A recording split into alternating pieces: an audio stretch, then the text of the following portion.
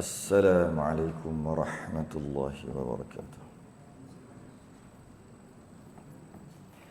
Innal hamdalillah nahmaduhu wa nasta'inuhu wa nastahdihi wa nastaghfiruh.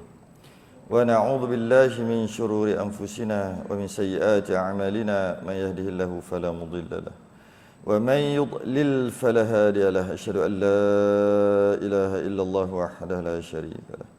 Asyhadu anna sayyidana Muhammadan 'abduhu wa rasuluhu. Allahumma shalli wa sallim wa barik 'ala sayyidina Muhammadin al-fatih lima ughliqa wal khatim lima sabaqa nasiril haqqi bil haqq wal hadi ila siratikal mustaqim. Sallallahu alaihi wa ala alihi wa ashabihi haqqa qadrihi wa miqdarihi al-'azim. اللهم نور بالكتاب بصري وأطلق بلساني واشرح بصدري واستعمل به جسدي بحولك وقوتك فإنه لا حول ولا قوة إلا بك سبحانك لا علم لنا إلا ما علمتنا إنك أنت العليم الحكيم ولا حول ولا قوة إلا بالله العلي العظيم أما بعد. Alhamdulillah, kita rafa'kan kesyukuran dan terima kasih kita kepada Allah Ta'ala. Pada malam ni dapat kita sambung kitab perukunan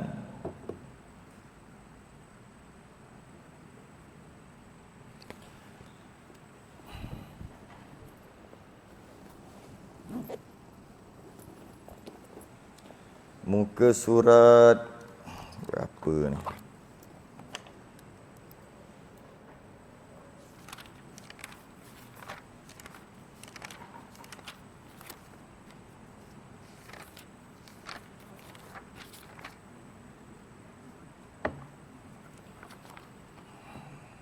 Muka surat 36 Rumi, Jawi muka surat 11.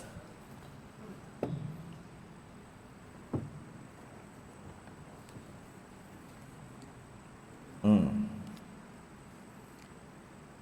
36 Rumi, Jawi muka surat 11.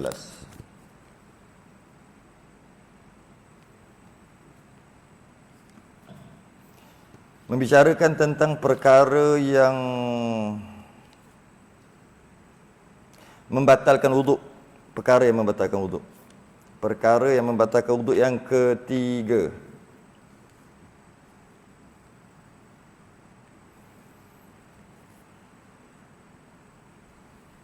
Qala al-musannif rahimahullahu ta'ala wa nafa'ana wa iyyakum bi'ulumihi fid darin amin ya rabbal alamin. Ketiga, bersentuh kulit lelaki dan perempuan. Lelaki dengan perempuan bersentuh kulit, itu yang ketiga. Yang pertama kita dah bahas sebelum ni, iaitu keluar salah satu daripada dua jalan, qubul atau dubur. Keluar aja maka batallah wuduk. Kemudian yang kedua, hilang akal sebab gila atau mabuk atau pitam atau tidur. Yang kedua, perkara yang membatalkan wuduk adalah hilang akal, gila, mabuk, pitam, tidur yang tidak tetap pada punggung. Semua tadi membatalkan wuduk. Itu yang dua. Yang ketiga. Yang ketiga, bersentuh kulit lelaki dengan kulit perempuan yang helat. Yang helat, yang ajnabi, yang helat, yang asing, boleh juga. Apa lagi yang helat, yang bukan mahram. Bukan mahram. Bersentuh kulit lelaki dengan kulit perempuan bukan mahram, maka dengan sebab tu batal wuduknya. Wa in kuntum marda aw ala safarin aw jaa ahadum minkum minal ghaid. Apabila kamu sakit ataupun kamu dalam musafir dan ada di antara kamu yang keluar daripada ghaid, keluar daripada toilet dengan maksud buang yang kecil, buang yang besar, aula mastumun nisa, aula mastumun nisa, dan la mastum kamu menyentuh an-nisa, perempuan. Maknanya bersentuh itulah, kat situ lah. Falam tajidu ma'a, kalau tak ada air, fatayammamu sa'idan tayyibah. Tayammumlah. Jadi maknanya, kalau sakit, kalau musafir, dia nak sebut cerita lain sebenarnya. Sakit dalam surah ni. Sakit atau musafir, atau keluar daripada toilet dengan masuk buang yang kecil, buang yang besar, atau sentuh perempuan. Tu semua tu. Tiba-tiba tak ada air. Kalau wa in kuntum marda, kalau kamu sakit dan tak ada air, tayammum. Aw ala safarin, kalau kamu musafir, tiba-tiba tempat kamu musafir tu tak ada air, tayammum. Aw jaa ahadun minkum minal ghaid, keluar daripada toilet, tak ada air, nak sembahyang macam mana kan? Tayammum, ambil wuduk lah maksudnya. Aw lamastumun nisa, kalau tak ada air, tayammum. Aw lamastumun nisa, kamu menyentuh perempuan, kalau tak ada air. Jika kamu menyentuh perempuan, kalau tak ada air, maka tayammum. Maknanya menyentuh perempuan tu menyebabkan batal lah. Kalau menyentuh perempuan tu tidak membatalkan wuduk, kenapa pula nak dikatakan kalau kamu menyentuh perempuan, kemudian tak ada air, tayammum? Maknanya, bila menyentuh perempuan tu, batal wuduk lah. Sebab tu kata kalau tak ada air. Dia panggil mafhum mukhalafah. Dia tak cerita secara direct. Dalam Quran ni kadang-kadang gitulah. Dia tak cerita secara direct pun. Tapi secara kiasan. Bukan kiasan jugalah. Mafhum mukhalafah. Maksud di sebalik.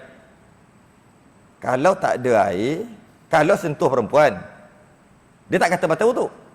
Kalau sentuh perempuan dan tak ada air, tayammum. Maknanya batal wuduk lah. Kena fikir sikit. Okay. Jadi menyentuh perempuan, la mastum. Ini adalah mazhab Syafi'i lah ni. Aw la mastumun nisa. Jumpa tak muka surat tu? 36. Aw la mastumun nisa. Ketika kamu menyentuh. Mari kita tengok sikit.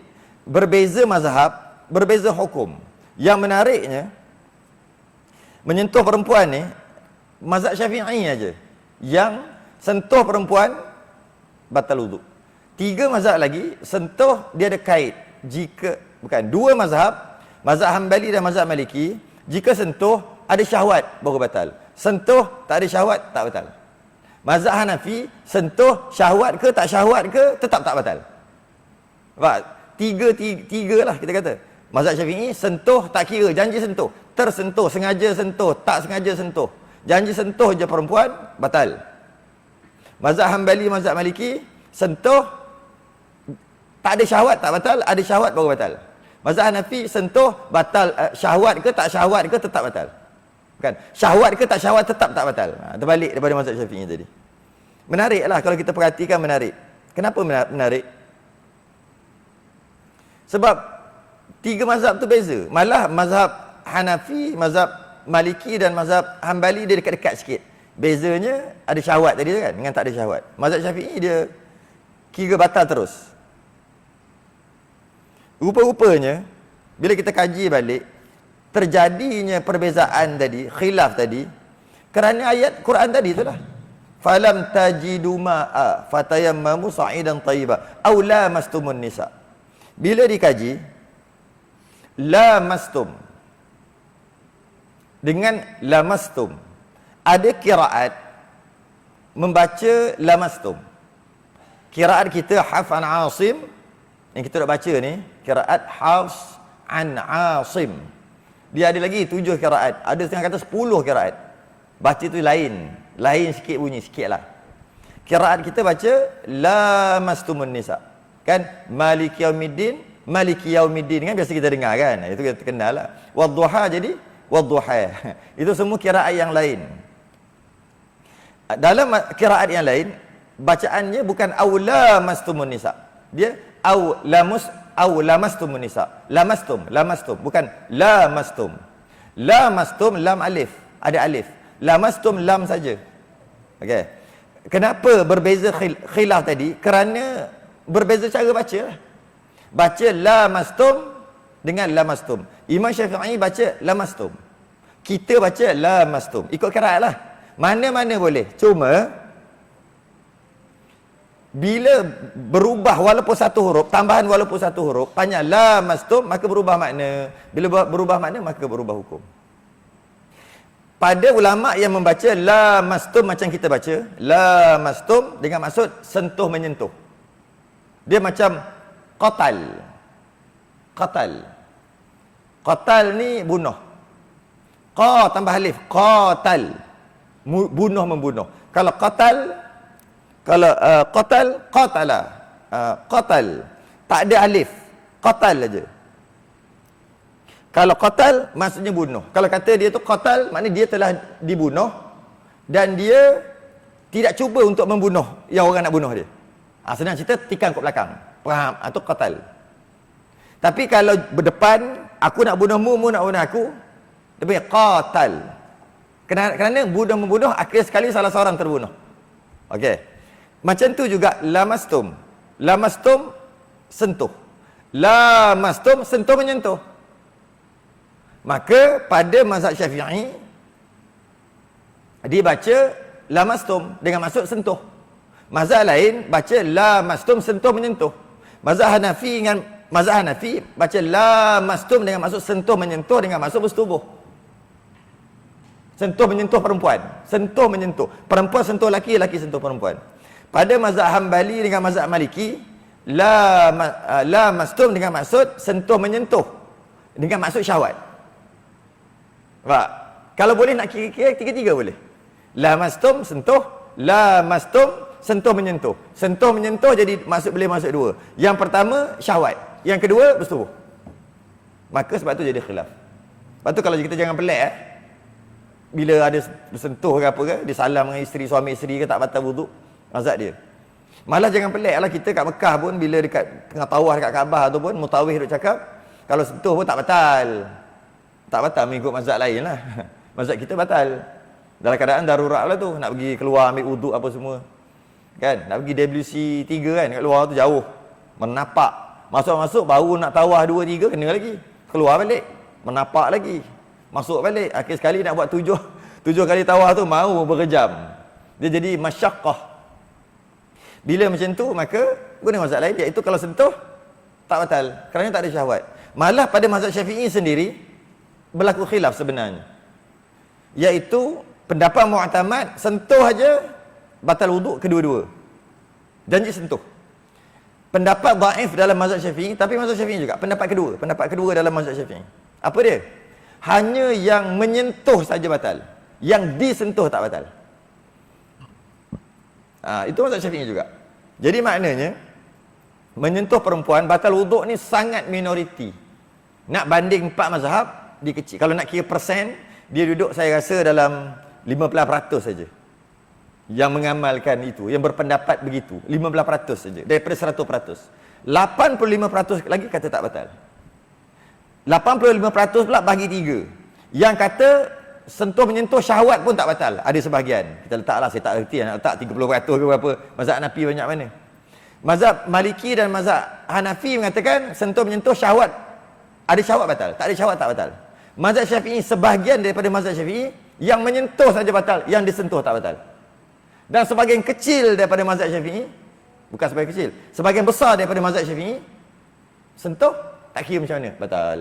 Jadi sebenarnya minoriti lah pendapat yang kita pakai kalau nak dibandingkan dengan 4 mazhab.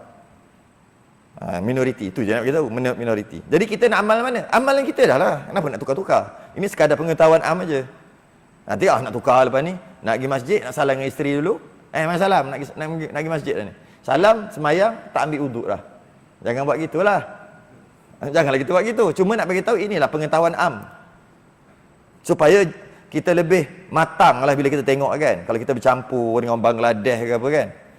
Sentuh dengan isteri dia. Kita datang rumah dia, jom pergi masjid. Kita tengok je. Isteri dia salam dia, bersalam. Dia pergi, kau tak ambil uduk. Relax lah. Mazhab Hanafi, Bangladesh. Ataupun India ke kan. Ataupun Afrika ke, mazhab Maliki. Ataupun belah Timur Tengah ke, Pak Arab tu, mazhab Hambali. Mereka tak batal. Okey? Baca lagi. Bersentuh kulit lelaki dan kulit perempuan yang helat. Yang helat. Maksudnya yang boleh dinikahi. Yang boleh dinikahi pula,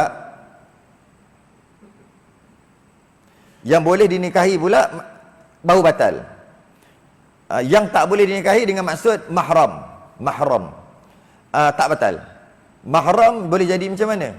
Mahram boleh terjadi dengan nasab, keturunan, iaitu anak, dia melalui darah, anak ataupun mak ayah, anak cucu. Dia boleh jadi dengan darah. Mak ayah, lepas tu datuk nenek ke atas, ke bawah anak laki anak perempuan, cucu laki cucu perempuan ke bawah. Dia boleh jadi dengan darah, maka jadi mahram, sentuh tak batal. Dia boleh jadi juga dengan perkahwinan.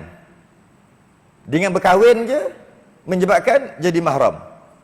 Contohnya berkahwin dengan isteri. Tak. Berkahwin dengan isteri betul, tapi isteri tak jadi mahram lah. Berkahwin isteri, siapa jadi mahram? Mak dia, ayah dia. Maksudnya mertua. Aku terima nikah je, sah je, mertua tadi, dua-dua laki perempuan tu, mertua automatik jadi mahram, tak boleh kahwin sampai kiamat. Jadi macam mana? Asalnya boleh kahwin, tiba-tiba tak boleh kahwin kerana perkahwinan dengan anak dia. Macam tu juga jadi tiri. Perkahwinan mak dia dengan ayah baru. Dia ada mak dia dah bercerai atau kematian suami lah, ayah kita lah. Tiba-tiba mak ni kahwin satu lagi. Bukan kahwin satu lagi, kahwin lain. Kahwin satu lagi tu kahwin dua. Kahwin lain setelah kematian atau diceraikan lah. Bila kahwin, itu dia panggil bapak tiri dekat anak perempuan dia nanti. Okay? Maka dengan perkahwinan tadi dan telah berlaku persetubuhan di antara mak dan ayah baru tadi, maka anak perempuan tadi automatik jadi anak tiri. Maka dengan anak tiri tak batal wuduk, dia jadi mahram sampai kiamat. Sama macam, lebih kurang macam mertua tadi. Kahwin je jadi mahram sampai kiamat, tak boleh kahwin. Walaupun dah cerai anak dia pun tak boleh juga. Walaupun mak dengan ayah baru tu bercerai pun tetap tak boleh kahwin juga dengan ayah baru tu. Maksud bila dah jadi tiri selama-lamanya. Jadi maknanya boleh jadi mahram dengan perkahwinan. Kadang-kadang boleh jadi mahram dengan penyusuan. Kita ada mak kita susukan anak orang lain dengan cukup syarat, tak lebih 2 tahun, 5 kali menyusu dan sebagainya, cukup syarat. Maka budak tadi tu dengan kita jadi adik-beradik susuan, tak batal wuduk sampai kiamat. Sama juga yang disusu dengan yang menyusu mak kita pun jadi anak susu, mak susu. Mak kita ada tok lelaki dia, ada suami dia dengan yang disusukan jadi bapak susuan. Begitulah, nenek susuan, ke bawah cucu susuan, semua sama. Maka dia jadi mahram, tak batal wuduk sampai kiamat. Saya sebut gitulah, senang. Okey, dia kadang-kadang dia ada yang tak boleh kahwin, tapi batal wuduk. Dia panggil sementara. Contohnya ipar. Adik ipar, kakak ipar tak boleh kahwin dengan dia, tapi sementara adik-beradik dia jadi isteri kita. Bila bercerai atau dah mati, boleh kahwin dengan adik dia. Ketika isteri tu masih hidup, dia tak boleh kahwin juga dengan dia. Tak boleh pasang adik-beradik seorang, tak boleh. Dia kalau matinya adik baru boleh ambil kakak ke, ambil begitu. Bila habis iddah. Yang mana orang Melayu panggil salin tikar. Orang Melayu panggil.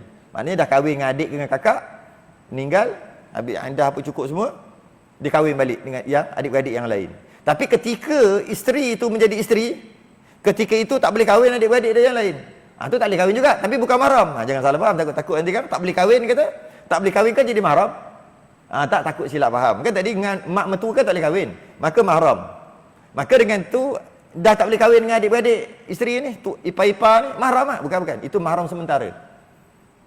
Mahram sementara. Okey. Susuan. Jadi 3 lah boleh jadi mahram. Jadi dia kata perempuan yang helat ni bermaksud perempuan yang helat ni maksud yang boleh kahwin dengan dia. Bersentuh tu boleh kahwin lah. Okay? Maka batal wuduk. Jika matinya sekalipun, walaupun yang disentuh tu mati. Walaupun yang disentuh tu mati. Macam mana? Sepupu lah kot. Saya buat contoh je yang logik. Boleh je buat contoh siapa-siapa, tapi tak logik pula. Tiba-tiba ada orang perempuan mati, duduk mandi, lelaki masuk, pegang, batal wuduk. Kelakar lah contoh gitu. Saya bagi contoh sepupu lah kot. Logik sikit. Yang mati itu lelaki, contohnya lelaki.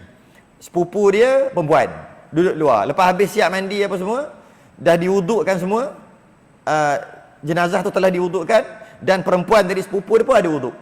Tiba-tiba tukang mandi kata, siapa nak tengok ni kali terakhir? Patutnya kalau boleh, sepupu jangan bagi masuk. Tak boleh patutnya. Yang boleh kahwin dengan dia lah kalau dia hidup. Tak boleh masuk. Bagi yang tak boleh kahwin je, anak-anak, mak macam tu je. Ini dia bagi masuk sekali, tak apalah. Kenapa? Takut-takut terlihat aurat. Jadi bila masuklah, bukannya berdosa pun, kalau buat salah baru berdosa.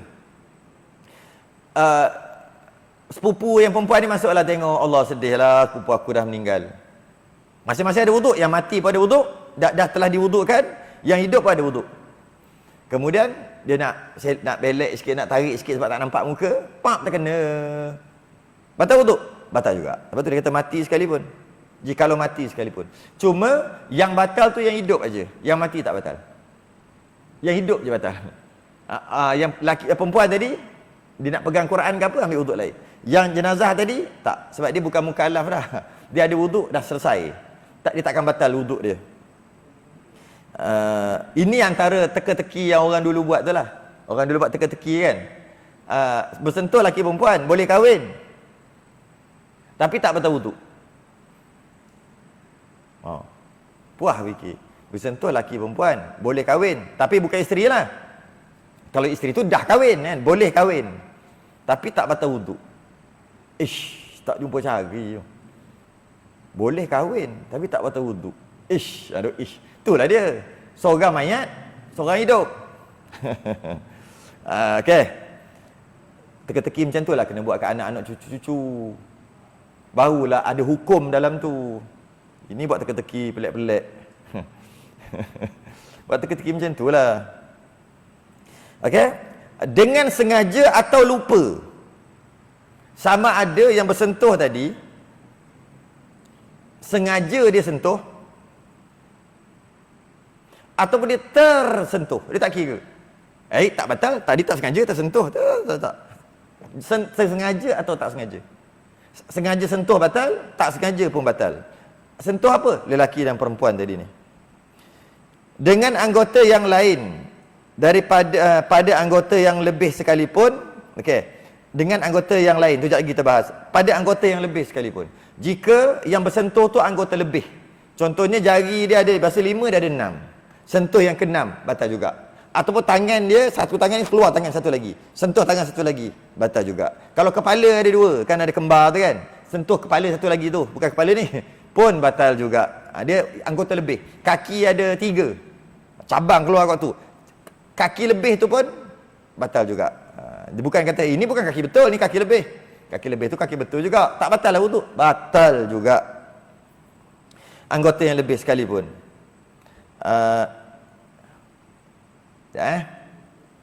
Macam tu juga, batallah air sembahyang. Maka batallah air sembahyang yang menyentuh dan yang disentuh. Dua-dua batal. Yang disentuh batal, yang menyentuh pun batal. Ini pendapat mutamat sebut tadi lah. Pendapat yang kedua dalam mazhab Syafi'i, pendapat dhaif. Yang menyentuh saja batal, yang disentuh tak batal. Mazhab Syafi'i juga tu. Walaupun sentuh tu gurah. Gurah tak gurah. Sengaja ke tak sengaja, gurah tak gurah. Baru kahwin ada gurah tak? Dah 30 kahwin tak ada gurah dah. Baru kahwin. Lepas tu suami dia lah ni, laki ni masuk bilik air, mandi, ambil uduk nak sembahyang. Ada lagi setengah jam nak ambil waktu ni. Keluar, isteri nusuk belakang pintu. Pegang. Allah batal dah wuduk. Habis wuduk abang kata nak kena ambil balik. Apa ni, gurau apa ni? Nak sembahyang lagi setengah jam tinggal masa waktu nak habis. Masuk bilik air ambil wuduk balik. Keluar tengok tak ada apa dah. Baru nak jalan, kena balik. Batal lagi. Tengok dah 15 minit dah ni. Janganlah 15 minit lagi ni. Gurau lagi, manalah tahu tak. Masuk bilik air, keluar, pegang lagi. Lagi 7 minit. Ni last. Kalau pegang kali ni abang keluar semayang, nanti memang luar waktu, berdosa. Dia masuk, dia keluar, pegang juga. Batal juga. Saya bukan nak kata kejadian tu berlaku ke buat kerja pelik gitu. Nak beritahu, batal juga. Akhir sekali tinggal 3 minit. Dia semayang, ambil wuduk, masuk waktu lain, jadi qada dan berdosa. Siapa yang berdosa kat sini? Yang buat kerja pelik gitu. Suami taklah berdosa. Isteri lah. Contohnya. Walaupun begitu tetap batal, walaupun tak sengaja, walaupun sengaja, tak sengaja ataupun gurah. Dia tak kira. Tetap batal juga. Yang disentuh batal, yang menyentuh pun batal. Mungkin masa tu kot nak pakai mazhab lain kot. Lagi 7 minit ni. Atau pakai mazhab Syafi'i yang kata yang menyentuh je batal. Mungkinlah kot. Kalau tidak, waktu tu kan dah sempit waktu dah. Isteri jadi manja pelik ni, tak tahulah apa hal hari ni jadi. Tak tahulah kalau kata begitu. Mungkinlah kot. Sebab mazhab lain dan pendapat selain daripada pendapat mu'tamad hanya dari sudut disiplin ilmu, disiplin dalam beribadah hanya boleh dipakai apabila sempit, kepit atau sempit. Idza dhaqal amru ittasa'a. Apabila sesuatu perintah Allah yang Allah suruh buat sempit, maka ittasa'a, luaskanlah dia. Bila dah luas, selesaikan ibadah yang Allah suruh buat, perintah Allah, kemudian sempit balik. Jangan luas aja. Macam tadilah kan, masa dekat depan Kaabah kan sempit. Maka luas. Tapi kalau time PKP hari tu, semeter seorang jalan, bersentuh tak? Tak bersentuh. Tiba-tiba bersentuh juga. Ada orang tersepak kaki ke apa, Allah jatuh, terkena, terpegang. yang tu kena keluar, tak boleh. Sebab apa? Sebab mana ada sempit pun. 1 meter berjalan masa Covid lagi tu. Malah seronok dia orang yang pergi sana waktu tu. Yang tu tak kena. Tapi sekarang ramai. Jadi iza dhaqal amru ittasa'a. Apabila dah tak ada makanan dan dah mengancam nyawa, biawak ke babi ke semua boleh makan untuk menjaga nyawa. Yang tadilah. Iza dhaqal amru ittasa'a. Tapi kalau dah luas, tak boleh diluar-luaskan. Janganlah memudah-mudah. Jadi dalam masalah tadi, yang suami tiba-tiba buat pelik, isteri buat kerja pelik tadi, mungkin boleh pakai pendapat yang kedua, iaitu yang menyentuh saja batal, yang disentuh tak batal. Maka terus je sembahyang. Lepas tu marah dia, kena marahlah benda tu. Benda ni tak boleh. Sayang juga benda ni. Mana boleh sampai habis waktu gurau benda apa, gurau bewok apa. Mana boleh gurau pelik gitu. Tapi sembahyang dulu waktu tu. Okey? Seterusnya, tetapi tiada batal air sembahyang jika berlapik salah seorang daripada keduanya. Tiada batal air sembahyang jika berlapik salah seorang daripada keduanya.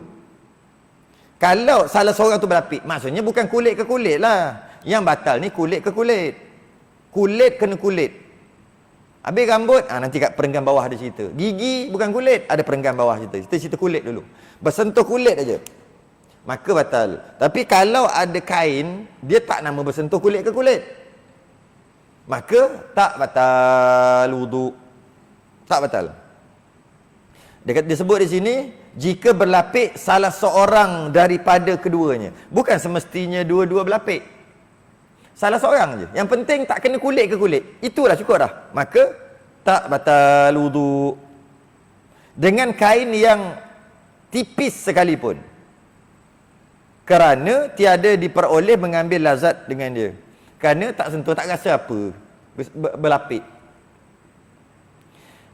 Jadi bila ada lapik, maka tak batal wudu.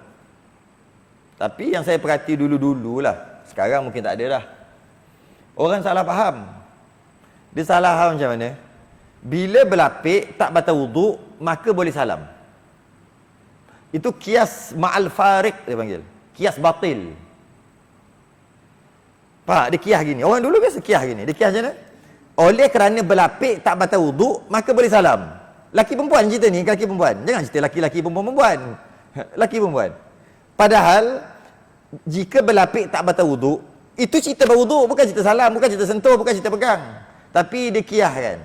Saya selalu tengok orang tua-tua lah, ustaz nak ambil berkat, ustaz salam. Kita Allah. Ni dah umur 80. Memanglah tak selera pun. Cuma dia hukum macam mana? Biasa tak? Saya tengok orang dulu-dulu lah, ustaz salam. Dia lapik ni. Ataupun kalau bukan dengan ustaz pun, dengan anak saudara sabik.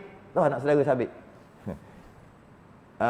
Dia kahwin lah, dia berkahwin ni. Tapi pasangan dia ada anak saudara. Tu anak saudara sabik dia panggil. Sebab tu panggil sabik. Mati sabik. Luka Nak salam juga anak saudara. Lapik kejap. Ambil tudung, kain tudung. Tak boleh lah. Sebab tak batal wuduk. Bukan cerita masalah batal wuduk. Pasal menyentuh. Mana boleh? Dah tua ke muda mana kira gitu. Jadi susah nak buat. Kita pun buat-buat tak dengar, buat-buat lari gitu. Kalau tidak yang kata macam apa dia panggil, tidak menghormati pula dia rasa gitu. Padahal salam tu yang tak hormati dia. Dengan salam juga tu tak hormati dia. Kenapa tak boleh? Kerana walaupun dilapik dengan kain, tapi bentuk masih lagi terasa. Bentuk. Kalau nak salam juga, syarat dia tak boleh rasa bentuk. Letak plywood kat tengah. Salam boleh. Tu tak nama salam dah. Selagi boleh rasa bentuk ataupun pakai tu sarung tangan welding besar. Pakai sarung tangan, dua-dua pakai sarung tangan. Tu boleh lah salam. Itu tak nama salam dah. Jadi tak boleh sebab dia ada, kadang-kadang kita tengok kan, ada orang salam pakai sarung tangan. Tak boleh lah sepatutnya. Ini mazhab Syafi'i lah. Jangan kata, saya pernah tengok satu ulama besar, saya tengok di dalam TV, dia ulama besar, serban besar. Tapi dia salam je dengan pemimpin-pemimpin negara orang kafir contoh kan. Itu mazhab lain tu bincang bab lain. Ini kita cerita tentang secara umumnya begitulah. Tak boleh. Walaupun pakai sarung tangan pun tak boleh. Bukan tak boleh salam, tak boleh merasai bentuk. Kalaulah boleh janji berlapik dengan alasan tak batal wuduk, bolehlah couple-couple pegang sambil berjalan. Tak nikah lagi tu, tengok tangan pegang apa benda, berlapik, boleh? Tak batal wuduk, masing-masing nak pergi semayang ni, nak pergi jemaah. Boleh? Tak boleh juga. Tak boleh. Kerana merasai bentuk, itu silap faham lah kat situ. Okey? Ada orang kata pakai sarung boxing. Pakai sarung tangan boxing. Melampau memang. Aduhai. Jadi maknanya kita tengah bincang berkaitan dengan tak batal. Jika mereka berpimpin tangan tak berkahwin lagi, batal wuduk tetap tak batal. Memang tak batal lah, boleh sembahyang. Tapi bukan bermakna tak berdosa. Berdosa lah, dok pegang tangan. Dua perkara yang berbeza. Tu lah kadang-kadang tok-tok kita buat tak tahu nak buat macam mana. Tak tahulah. Okey? Jadi kalau berlapik dengan kain nipis sekalipun, maka tak batal wuduk.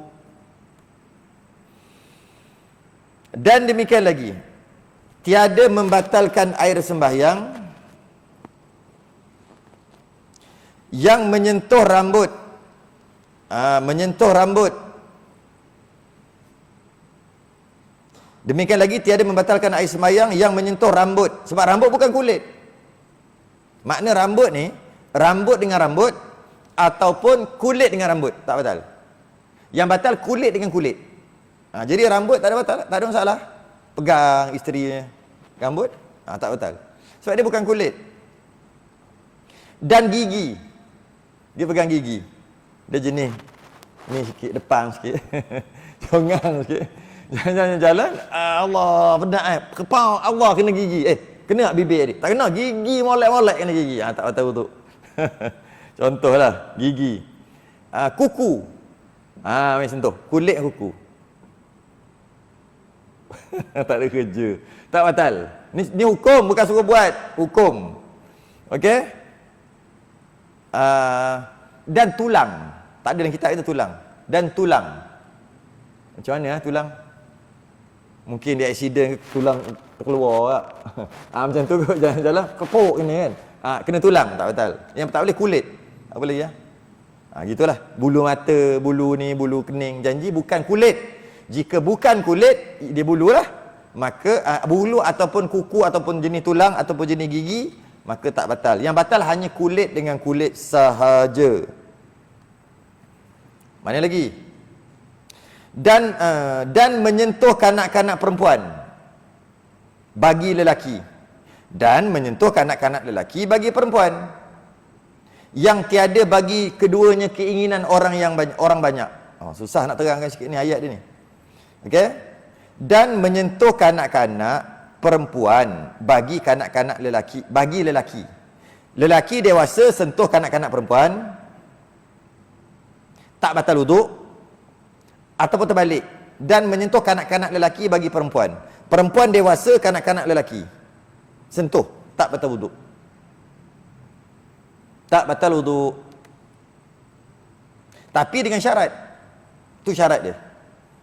Yang tiada bagi keduanya keinginan orang banyak. Boleh faham? Yang tiada bagi keduanya lelaki perempuan tadi, keinginan orang yang banyak. Orang banyak ni kebiasaan, ghalib, kebanyakan orang. Kebanyakan orang keinginan, syahwat. Jadi budak tu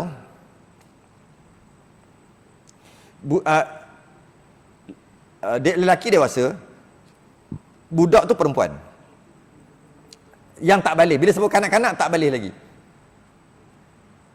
Sentuh tak batal. Jadi kalau pegang baby tak batal lah. Kalau pegang umur 5 tahun, lelaki dewasa tu kanak-kanak. Kanak-kanak, perempuan tu kanak-kanak. Kalau pegang 7 tahun, kita nak letak kat mana dia punya tu? Dia punya kadar bila batal tu. Kalau budak tu umur 9 tahun, nak salam dia kata. Pak pegang, kita ada wuduk, batal tak? Sambung sekejap lagi azan tak? Baru je nak bahas. Lepas ni kita bahas. Macam mana? Berapakah waktu yang atau keadaan yang macam mana yang membatalkan wuduk? Dia tak tengok umur, tidak. Dia tengok keadaan. Itulah. Kita bahas. Okey? Tunggu azan kejap. Lepas azan kita sambung lagi.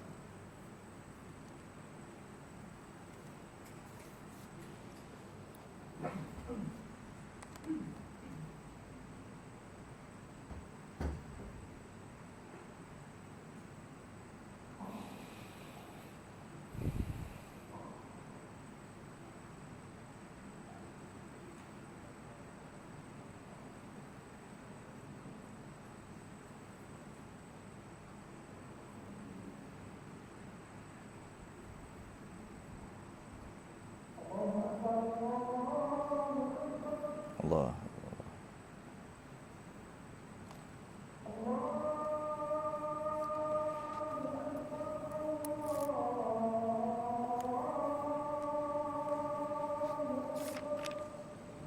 Allah.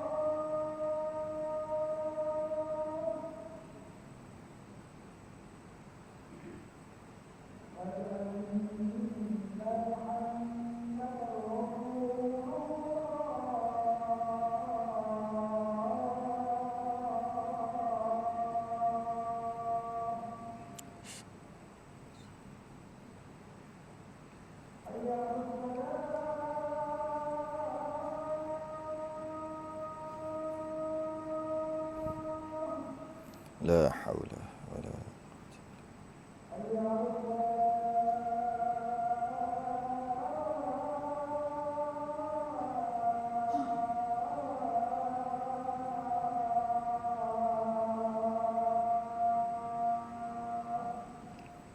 la haula wala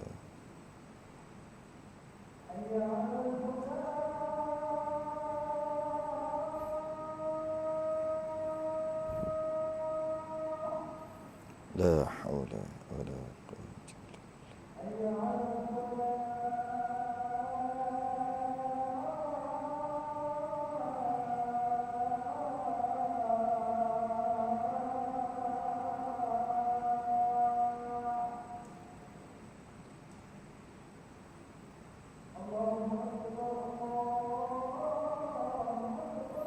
Allahu akbar, Allahu akbar.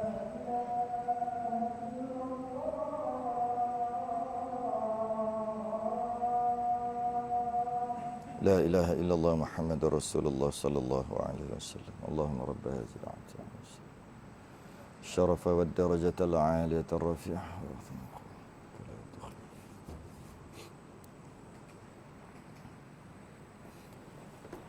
Baik.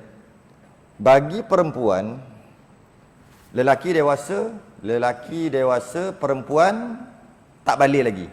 Lelaki dewasa, perempuan dah balik. Itu tak ada kira, memang confirm batal. Ini cerita apabila menyentuh lelaki dan perempuan, yang mana perempuan tu belum balik. Dia bukan secara mutlak tak batal. Dia belum balik lagi budak ni, belum haid lagi, maka tak batal. Bukan.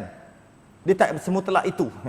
Tapi kalau bersentuh lelaki perempuan, perempuan tadi dah balik, itu mutlak. Tak kira macam mana bentuk badan dia ke, tinggi rendah ke, umur ke, yang penting dah balik, terus batal. Okey. Jadi yang belum balik lagi, dia tengok apa tau? Ni ada ayat dia. Cuba baca tu ayat dia. Yang tiada bagi keduanya keinginan orang banyak. Keinginan tu syahwat orang banyak tu kebanyakan orang. Dia gini. Lelaki dewasa, perempuan belum balik. Perempuan belum balik ni dia banyak jenis. Ada yang umur 3 tahun ke bawah, itu bayi. Yang itu memang confirm tak batal.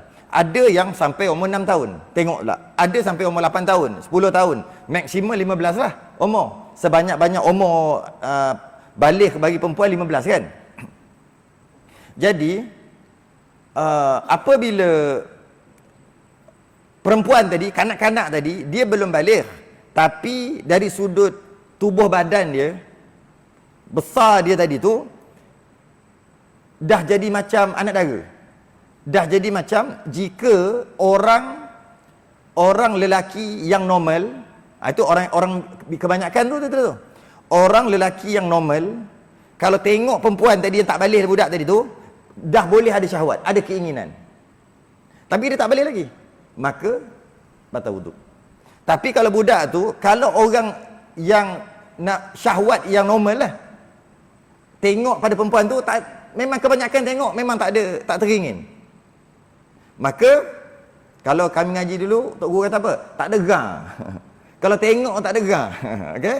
Maka, tak batal wuduk. Kalau dah balik, tak kira kecil, besar, gerang, tak gerang, memang batal. Dia balik baru batal secara mutlak. Tapi kalau tak balik lagi, dia tengok. Kadang-kadang ada umur 10 tahun, tapi badan dah macam perempuan dah. Maka kalau bersentuh batal lah. Kadang-kadang umur 14. Allah, rendah. Cik. Tengok macam budak-budak. Padahal umur 14. Tak balik lagi. Maka tak batal lah. Dia bukan tengok umur tau. Dia tengok. Itu maksud dia tu. Tiada bagi keduanya keinginan orang banyak. Bahasa dulu gitu. Macam tu juga terbalik. Lelaki kecil, perempuan besar. Perempuan dewasa, lelaki kecil. Tapi jarang lelaki ni lambat matang. Dia lambat balik. Lambat ni. Kadang-kadang umur 12 tahun, 13 tahun. Dah nampak jantan dia dah. Maka, tapi belum balik lagi. Maka, yang perempuan yang dewasa tadi, sentuh batal wuduk. Dan bukan setakat batal wuduk aja, haram sentuh lagi. Haram bersalam, haram sentuh, batal wuduk. Bila sebut batal wuduk, dia sekali dengan haram sentuh. Jadi kadang-kadang cikgu-cikgu lah, pesanan untuk cikgu-cikgu ni yang ngajar sekolah rendah ni, yang masa nak perpisahan umur 12 nak masuk 13 kan, perpisahan tu kan pakat salam cikgu kan, tak kira lelaki perempuan, dia tengok juga. Kalau cikgu lelaki dewasa, budak perempuan tu, kalau tengok umur 12 nak masuk 13 ni, dah ada rupa perempuan lah, mudah kata, tak boleh salam. Awak tak boleh. Kalau salam, berdosa. Kalau wuduk, batal wuduk. Kalau ada wuduk, tak boleh. Macam tu juga terbalik. Cikgu dewasa, anak murid umur 12 nak masuk 13 ni, kalau dah ada jantan dah, misai pun dah tumbuh sikit-sikit, kalau ada lah, dah nampak suara pun dah garau, tapi dah ada rupa jantan dekat dia, maka tak boleh salam, haram. Kalau ada wuduk, batal. Dia tengok di situ.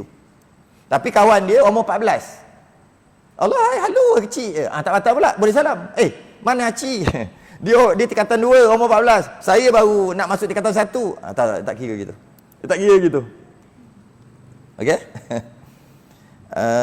Itu bagi dan menyentuh kanak-kanak lelaki bagi perempuan, dan tiada bagi keduanya keinginan orang banyak. Dan tiada membatalkan air sembahyang bersentuh segala mahram. Yang tadi yang saya sebut tadi kan.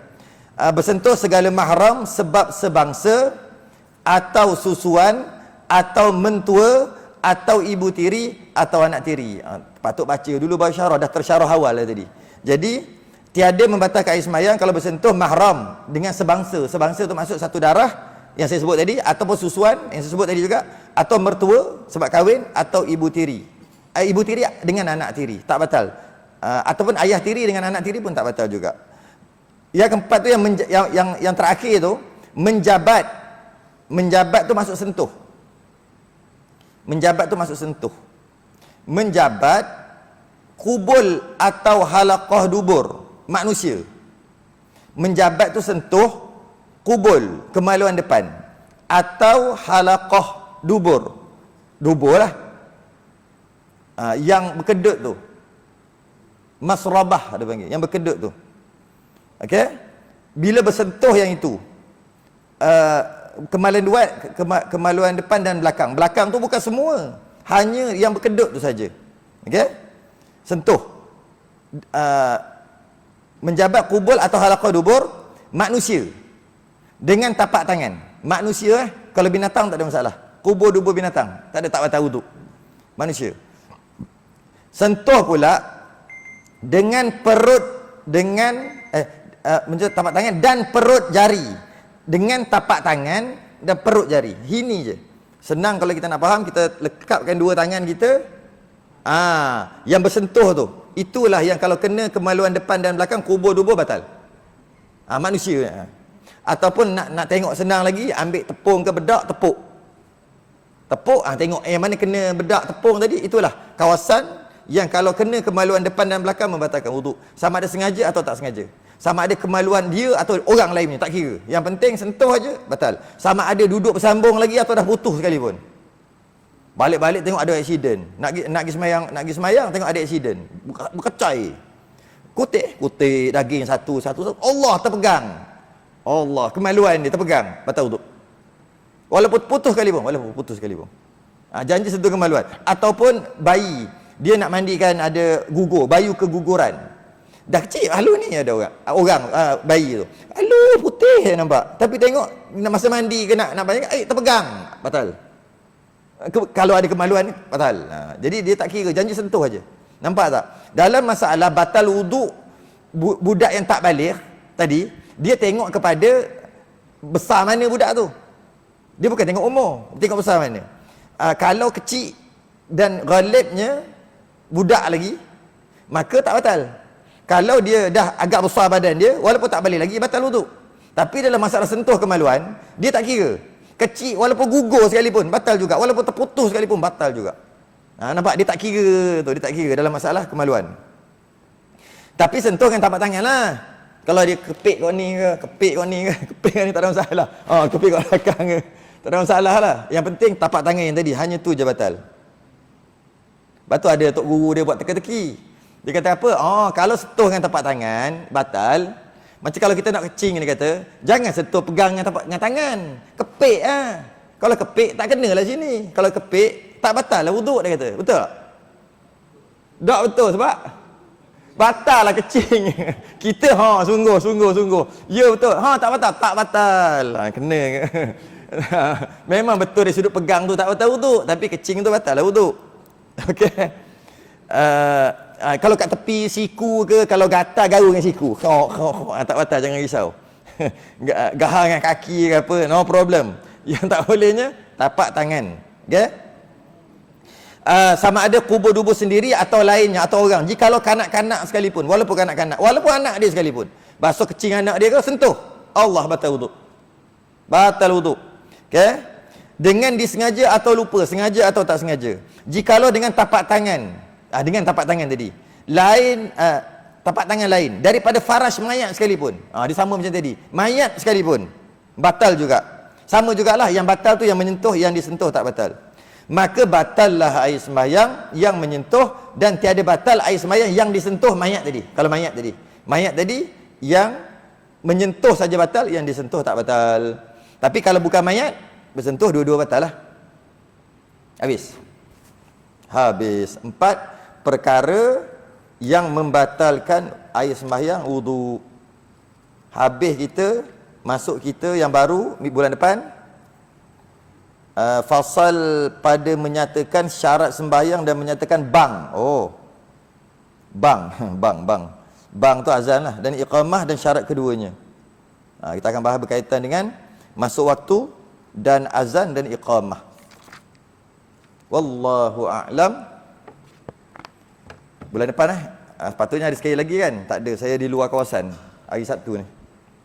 Jadi kita sambung bulan depan sajalah. Di hari dan waktu yang sama. Sedang tasbih kafarah dan suratul subhanakallahumma wa bihamdika.